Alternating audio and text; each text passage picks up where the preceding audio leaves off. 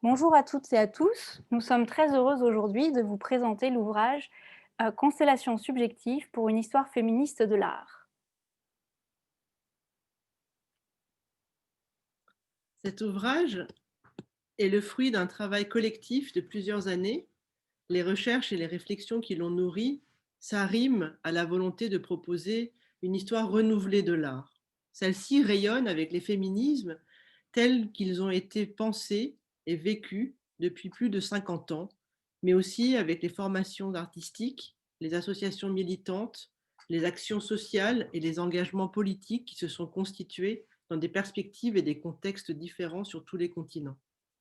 Cette histoire féministe de l'art prend aussi en compte l'apport des théories politiques, de la philosophie, de la sociologie, de la psychanalyse, de la littérature et de la poésie. La pluridisciplinarité qui caractérise de façon générale les études de genre aujourd'hui vient de cette histoire croisée.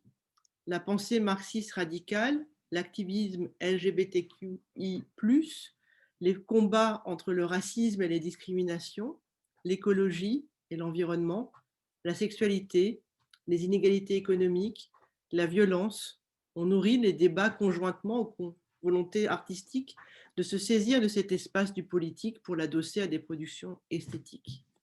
Performance, photographie, vidéo, film, art plastique sont parmi les formes d'expression qui définissent chacune à leur manière une historicité qui dépend plus que jamais des réalités marquant une époque. En réunissant des images et des textes qui véhiculent des expériences poétiques et politiques, nous avons souhaité offrir une histoire féministe de l'art qui nous accorde la possibilité de piloter nos désirs et de poursuivre tous nos engagements présents et à venir. Ce livre émet la certitude que les artistes et les intellectuels qui font des féminismes leur outil premier sont au cœur d'un processus unique qui ouvre à des constellations entrelacées, des savoirs situés et des points de vue émancipés. Je laisse la parole à Clélia Barbu. Alors bonjour, moi ma contribution à cet ouvrage porte sur des performances féministes qui ont eu lieu pendant la décennie 70 et plus spécifiquement à Los Angeles dans le cadre d'un programme d'art féministe qui s'appelait le Feminist Art Program. Et je m'interroge sur les modalités de transmission, sur les mémoires et sur l'historiographie de ces pratiques. Donc pour moi, c'était l'occasion de restituer un séjour que j'ai fait dans les archives du Women's Building à Los Angeles pour étudier ces pratiques qui se définissent par leur caractère incarné, par leur rapport très fort aux activismes et surtout par le fait qu'elles donnent une place absolument centrale à la performance. J'ai aussi eu l'occasion de faire des entretiens avec les artistes et donc cet article, pour moi, c'était un moyen de restituer à la fois des documents d'archives, mais aussi des témoignages vivants. Dans l'ouvrage, les éditrices de Constellation subjective proposent un néologisme en français qui est celui d'encorporation et qui vise à donner une traduction au terme anglais de embodiment, qui est un terme très important pour les actrices, les artistes des années 70 avec lesquelles et sur lesquelles j'ai travaillé. Et ma contribution dans l'ouvrage, elle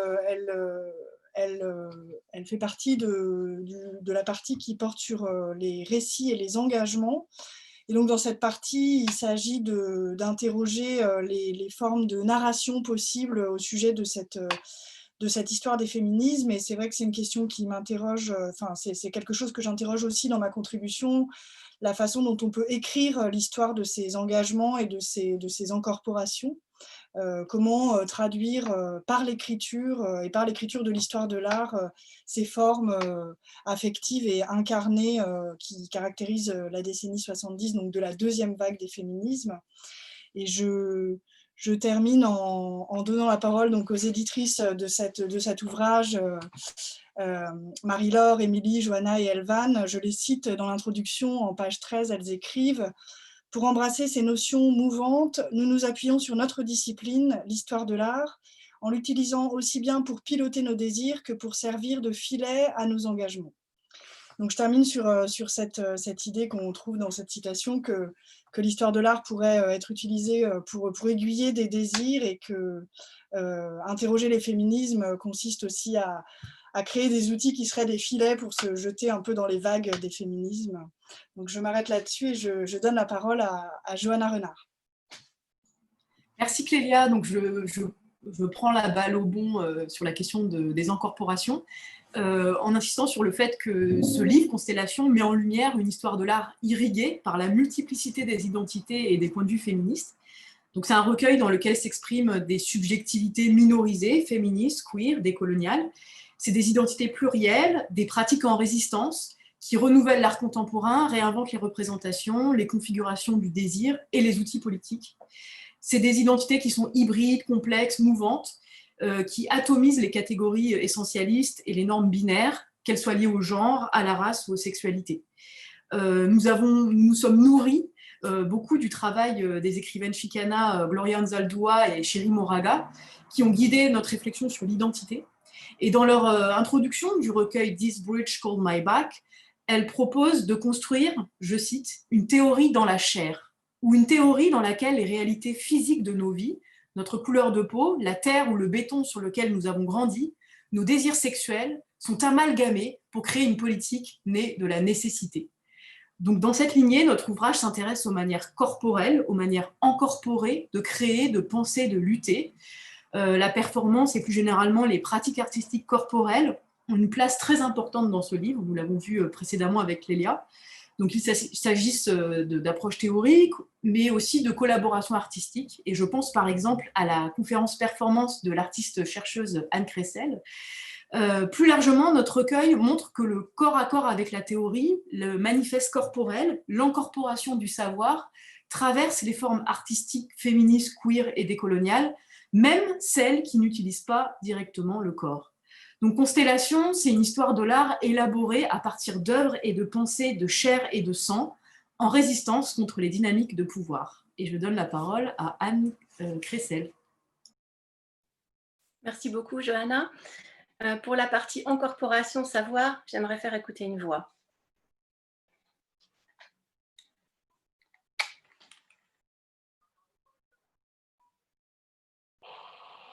Je suis une voix enregistrée. Je suis une voix venue d'ailleurs. Je suis une voix d'archives. Je suis une voix technologique. Je suis une voix transformable, féminine, masculine, hybride, queer, trans. Je suis une et plusieurs à la fois. je suis une constellation De voix. Je transmets des mots, je transmets des idées, je transmets du savoir, je transmets des affects. Je suis un mode d'adresse, je suis un matériau de création, je suis matériel et immatériel. Je suis une parole déconnectée. Propre corps. Parole disjointe. Je suis une parole errante. Je suis une parole à la recherche de son corps. Cherche d'autres corps.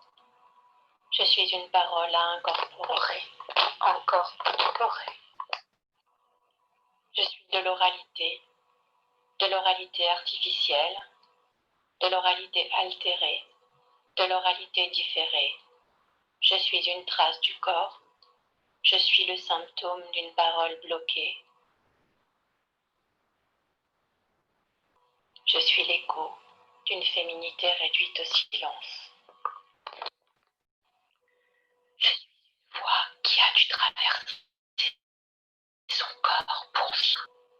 Je suis la voix d'un long trajet, d'une longue histoire, d'une lente délivrance. Je suis la voix d'une sibylle antique, d'une sibylle moderne, d'une sibylle féministe. Je suis la voix d'une résistance intime, personnelle et collective. Je suis une voix off. Et je laisse la parole à Émilie Blanc. Merci beaucoup, Anne. Bonjour. Pour ma part, je vais évoquer une notion féministe clé qui traverse l'anthologie, soit l'intersectionnalité, formulée à la fin des années 1980 par la chercheuse états-unienne Kimberly Crenshaw, qui a mis en avant comment une approche monolithique de la discrimination masque les spécificités des expériences des femmes noires, c'est-à-dire les expériences croisées du racisme et du sexisme, et en appelle à la prise en compte de la multidimensionnalité de leur vécu. L'intersectionnalité est à la fois un outil théorique et un levier de transformation politique examinant l'imbrication des rapports d'oppression. L'intersectionnalité s'ancre dans les luttes abolitionnistes et féministes du XIXe siècle, autour de Sojourner Truth par exemple, ou encore dans les mouvements de femmes et ou féministes des années 1960 et 1970. Pensons au collectif Cambrai River Collective ou encore aux travaux d'Awotiam, et irrigue les pensées et les luttes actuelles, notamment afroféministes. Penser en termes de positionnalités multiples, classe, genre, race et orientation sexuelle par exemple, esquisse des possibilités de politique coalitionnelle. Considérer l'enchevêtrement des relations de pouvoir signifie également envisager le blanc comme une marque de dominance et remettre en cause les privilèges de la blanchité. Comment l'histoire de l'art peut-elle mobiliser l'intersectionnalité ? De quelle manière la théorie, les pratiques artistiques et le politique s'articulent pour interroger et se défaire de l'entrelacement des rapports de pouvoir ? Les autrices de l'anthologie tracent des pistes, en déconstruisant ces biais patriarcaux et recentrés, comme le suggère Cathy Liquel, en déployant une pratique artistique engagée dans les luttes contre les formes plurielles d'oppression. Je pense aux œuvres de Gabrielle Leroux, dont Proudly African and Transgender, en interrogeant le fonctionnement des mondes de l'art dans leur reproduction des rapports de pouvoir, comme en témoigne Virginie Jourdain et son expérience à la Central Gallery Powerhouse, ou encore comme prisme pour examiner des processus de création, comme le propose dans son analyse de l'œuvre de Wendy Red Star, Aurélie Journier-Diez, à qui j'ai le plaisir de laisser la parole. Merci beaucoup, Émilie. Alors, bonjour à toutes et à tous. Donc, je suis ravie de pouvoir participer à la présentation de cet ouvrage Constellation subjective. Donc, dans le chapitre Excentrique corporéité, les identités queer ont la parole et des artistes y explorent le corps comme un médium de subversion, de transformation et de décolonisation. C'est par exemple le cas de l'artiste amérindienne Wendy Red Star de la nation Crow aux États-Unis. Et dans mon article « Tuer Pocahontas, déconstruction et reconstruction identitaire », je propose d'examiner comment la photographie permet elle aussi de se représenter. Cette question est fondamentale dans le cadre d'études postcoloniales et décoloniales, dans la mesure où les artistes étudiés ont souvent été marginalisés et le sont encore à certains égards, parce qu'elles sont à la fois femmes et autochtones. Dans la série White Squaw étudiée dans mon article, Wendy Red Star se réapproprie les couvertures d'une série de romans photographiques écrits par E.J. Hunter, un auteur sans eux, homme et blanc. L'artiste détourne ses représentations à travers des portraits satiriques à travers lesquels elle se met en scène, ce qui n'est pas sans rappeler d'ailleurs l'œuvre de la célèbre photographe Cindy Sherman durant les années 90. Par ailleurs, la combinaison texte-image renforce aussi la dimension humoristique de cette série. J'ai choisi de focaliser mon article sur le travail de Wendy Red Star, mais pour autant celui-ci s'inscrit dans la continuité de plusieurs autres artistes femmes queer et autochtones qui utilisent la photographie comme un médium de déconstruction et de reconstruction identitaire dans une démarche à la fois intersectionnelle et décoloniale. Je pense notamment au travail de Shirley Niro, Mohawk, de Rebecca Belmore, Anishinaabe ou encore d'Erika Lord, Inupiaq. Les points communs entre chacune de ces pratiques sont d'une part la photographie, aussi l'autoportrait, le corps, et celui de la femme donc en particulier. Le corps de la femme autochtone a été soumis à deux actions qui peuvent apparaître contradictoires, mais qui en réalité vont dans le même sens, convergent. En effet, celui-ci a été soit invisibilisé, marginalisé, soit a bien été montré, mais hypersexualisé. Quoi qu'il en soit, ces deux procédés illustrent ce processus d'objectification dont ont été tributaires pendant longtemps les femmes et les femmes autochtones en particulier dans les Amériques. Et si ce constat s'observe sur un terrain politique, économique, social, il s'affirme également au sein de l'histoire des arts, dont des artistes tels que Wendy Red Star et bien d'autres écrivent une nouvelle page. Et je laisse la parole à Marie-Laure. Merci Aurélie. Donc, proposer une histoire de l'art féministe, c'est s'interroger sur les fondements de l'histoire de l'art et le moment qui l'a constitué, à savoir la modernité européenne et l'héritage colonial qui la constitue. C'est intégrer que cette histoire de l'art ne peut faire l'économie non seulement d'inclure en son sein des voies post- et décoloniales, mais également d'adopter des méthodologies et des pédagogies post- et décoloniales.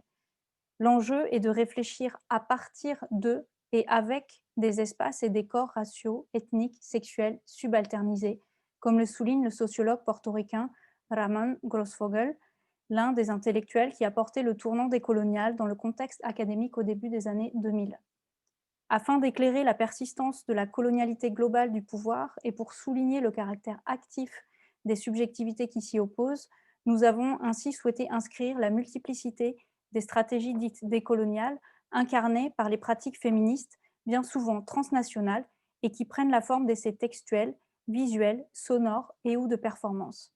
Les stratégies ici réunies proviennent de contextes aussi divers que l'Europe, les États-Unis d'Amérique, le Panama, la Bolivie, mais aussi des territoires comme l'Ukraine ou la Russie. Un texte manifestaire inédit de Maria Galindo, traduit de l'espagnol, qui se fait la voix du collectif radical féministe Mujeres Creando, montre que les théories féministes antiracistes et anticapitalistes permettent un cadre analytique des problématiques de la différence et de l'asymétrie du pouvoir.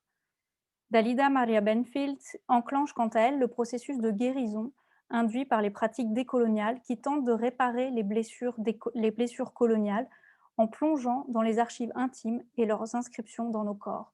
Par où commencer, se demande-t-elle, pour écrire une histoire décoloniale? Comment se défaire de l'héritage colonial en cherchant des stratégies et des voies marginalisées par l'Occident? Le script d'une performance du collectif Diasporas Críticas vient compléter cette quête. Enfin, une analyse des enjeux de la performance féministe et décoloniale dans l'espace public face au conflit russo-ukrainien de 2014 a été réalisée par l'anthropologue de l'art Natalia Tchermalik, à qui je transmets à présent la parole.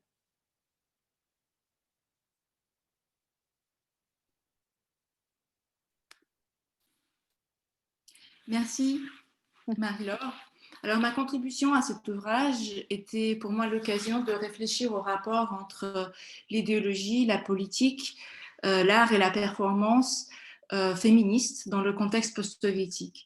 La conférence qui nous a réunis toutes à Rennes a eu lieu très peu de temps après le début du conflit russo-ukrainien qui a suivi la révolution sur la place Maïdan à Kiev, ma ville natale. J'ai donc voulu raconter l'époque telle qu'elle a été vue et vécue par les jeunes artistes engagés à travers l'art et la performance féministe. En ex-URSS, l'art est à la fois un outil de désobéissance civile, est également un espace public alternatif où on peut se permettre de critiquer des oppressions multiples, dont l'impérialisme et la colonialité. J'ai analysé des œuvres de jeunes artistes féministes qui ont choisi d'exprimer ou pour être plus précise, de performer publiquement leurs opinions dans la rue, lors des manifestations antimilitaristes organisées par l'opposition, en réalisant des graffitis de nuit ou des mono-performances, des performances solo dans la rue ou dans l'espace muséal. Il s'agissait à chaque fois des interventions non institutionnelles, critiques, c'est-à-dire qui n'ont pas été programmées par les institutions et se passaient à son insu. Dans le musée, le corps de l'artiste devenait un sujet-objet politique qui ne parlait pas, mais faisait parler les autres. Par ce fait, la performance faisait coïncider deux intentions, une critique institutionnelle énoncée par des femmes artistes et un message politique délivré par des citoyennes. Pour les artistes femmes, ces pratiques symbolisent la transgression d'interdits genrés, aussi bien spatiaux, temporels que discursifs. Cette stratégie artistique comporte aussi un risque assumé d'exposition aux violences policières. Le texte que j'ai écrit était pour moi l'occasion d'analyser la place que les artistes prennent dans ce contexte et de réfléchir avec elles à leur manière d'interpréter et de faire face, d'une part, à un héritage soviétique complexe mais toujours présent, et d'autre part, à ce présent politique violent qui les entoure, et de tracer, peut-être d'une manière éphémère, un lien entre les deux.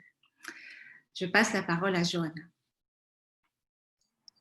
Merci beaucoup Natalia et merci beaucoup à toutes. Donc nous espérons que cette présentation visuelle vous aura donné envie de lire notre ouvrage. Nous remercions très chaleureusement les éditions X qui ont vraiment porté ce projet au long cours. Et puis nous remercions aussi avec beaucoup de cœur la très précieuse librairie féministe Violette & Co.